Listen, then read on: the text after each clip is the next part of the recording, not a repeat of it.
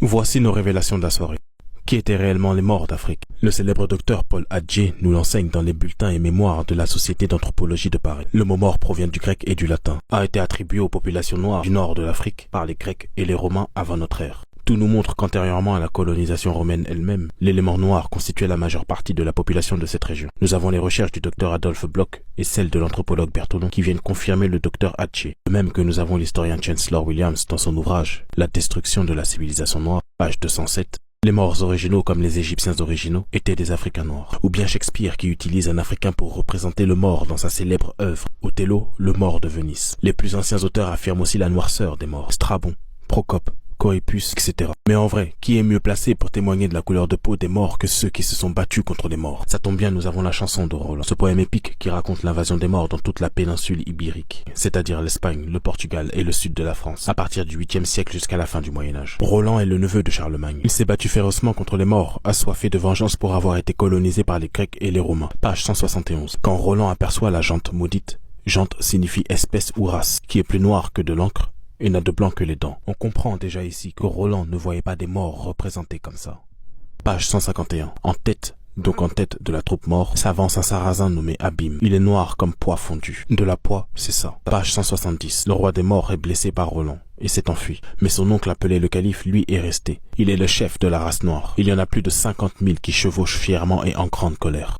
On nous parle quand même de 50 000 noirs. Alphonse X, roi de Castille et de Léon au XIIIe siècle, connaissait lui aussi la guerre contre les morts. On en trouve une description dans son ouvrage Première chronique générale Histoire d'Espagne, page 338. Les morts de l'armée. Leurs visages étaient noirs comme la poix. Le plus brillant d'entre eux était noir comme une marmite. Oui, parce qu'en Europe au Moyen-Âge, à cause de la rareté de l'eau, on ne lavait pas les marmites quand on les utilisait pour la cuisson. À force, le fond des marmites devenait très noir. Page 361. Et les sauvages étaient noirs comme la poix, les cheveux crépus et les dents très blanches. Page 504. Au XIVe siècle, le roi Alphonse d'Aragon, roi de Sardaigne, apporte sur un plateau les 4 têtes de rois morts qu'il a tués pendant la bataille.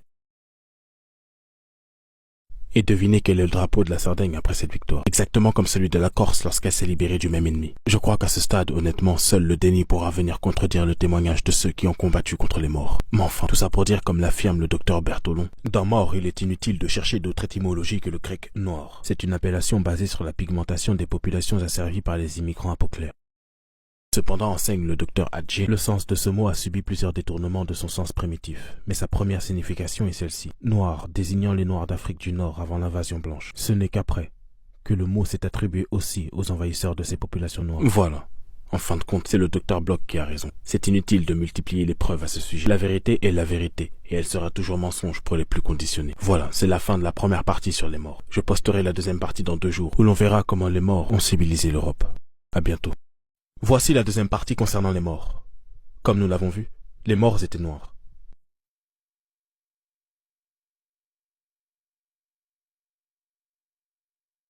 Ils ont colonisé la péninsule ibérique, et c'est durant cette longue colonisation de la péninsule ibérique que les morts ont apporté tout leur savoir ainsi que la culture égyptienne qu'ils avaient préservée.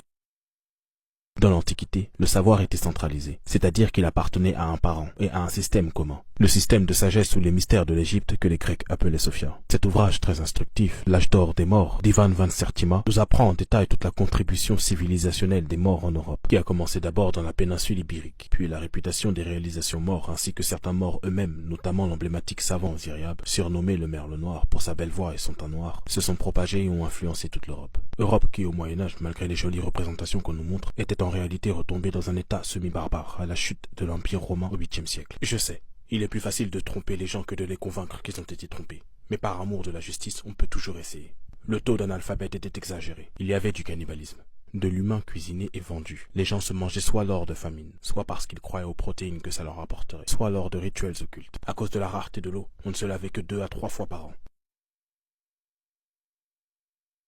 Les besoins étaient faits partout et souvent jetés par la fenêtre. Bouchers, poissonniers, charcutiers travaillaient directement dans la rue qu'ils inondaient du sang de leurs victimes. L'hygiène collective et individuelle était mauvaise et causait d'innombrables maladies graves, notamment la peste qui tuait plus de la moitié de la population. Ce sont d'ailleurs ces mêmes maladies qui ont tué les Amérindiens lorsque les Européens sont partis les trouver. Je ne dépeins pas ce tableau de l'Europe par animosité. Non, loin de là. Je le fais dans ce même but de révéler ce qui est ignoré par le plus grand nombre. L'Afrique n'était pas ce que l'Europe coloniale a dit qu'elle était. Et l'Europe elle-même n'était pas ce qu'elle a dit qu'elle était, ni même ce qu'elle est. L'histoire est une pure falsification. Et si nous, les Africains, ne savons remonter l'histoire de l'Afrique que jusqu'à l'esclavage, alors il ne sera impossible de faire renaître une Afrique glorieuse. Pour la simple et bonne raison que nous ne la connaissons pas. Vous savez, si l'Afrique peine à se relever, c'est bien sûr à cause de l'ingérence des colons et de la trahison des faux Africains, mais c'est surtout parce que nous essayons de nous relever dans la peau de l'étranger, dans l'enclos de sa mentalité, dans la vision de sa modernité et dans le poison de son capitalisme, le tout en oubliant ce qui est originalement bon pour l'Afrique et ses enfants. Mais nous en parlerons une autre fois. Pour l'heure, je vous invite à lire cette page qui synthétise en français une partie du grand apport civilisationnel des morts en Europe qu'Ivan van Sertima énumère dans son ouvrage. Toutefois, retenons déjà ceci. Après que les Égyptiens aient servi de source intellectuelle aux Grecs et Romains, les morts vont faire de même en Europe. Ils vont introduire les sciences africaines, arabo-perses et indiennes, créer des universités dont l'une des premières universités d'Europe, l'université de Salamanque en Espagne, calquée sur l'université de Djenné en Afrique de l'Ouest au IIIe siècle. Ils vont démocratiser l'enseignement, fonder des écoles de médecine, urbaniser l'Espagne, paver des routes, construire des trottoirs, des douches publiques, acheminer l'eau par des tuyaux dans les domiciles. Ziriab, poète, conteur, astronome, géographe et musicien, va créer le premier conservatoire musical d'Europe. Il va introduire le jeu d'échecs et le polo, créer le concept de mode avec ses saisons, ses différentes collections en changeant de vêtements 4 fois par an pour les 4 saisons. Il crée le premier institut de beauté, met au point le dentifrice, répand l'usage de la frange, introduit les repas en plusieurs phases avec le dessert à la fin. Grâce aux écoles de traduction fondées par les morts, dans le but de traduire l'arabe religieux en latin, les Européens vont apprendre à traduire toute la science mort et connaître par elle leur essor dans plusieurs domaines, un peu comme les Grecs et Romains apprenaient en tant que disciples auprès des savants égyptiens. Bien qu'islamisés et diffusant la culture arabe, les morts appliquaient en Europe mort la psychologie africaine ancienne. Et c'est comme ça que la femme était libre et pouvait exercer tous les métiers comme elle le souhaitait. Et il y a tellement d'autres choses à découvrir. Mes dernières remarques avant de se laisser. Si vous vous demandiez pourquoi chez les Occidentaux l'Espagne a été le premier pays à découvrir la route qui mène aux Amériques, eh bien sachez que c'est parce qu'il était colonisé par les Africains. Et les Africains visitaient les Amériques depuis longtemps, comme l'a avoué Colomb lui-même dans son journal, retranscrit dans l'ouvrage Afrique et la découverte de l'Amérique de Léo Wiener, page 117. Tout ceci n'est pas un hasard. En quelle année Colomb a subitement découvert où vivaient les Amérindiens? En 1492. Eh bien c'est exactement l'année précise où les morts ont été vaincus. Le 2 janvier 1492, le chef africain Abou Abdallah, également connu sous le nom de Boabdil, s'est rendu aux Espagnols. Voilà, n'oubliez pas. À bientôt.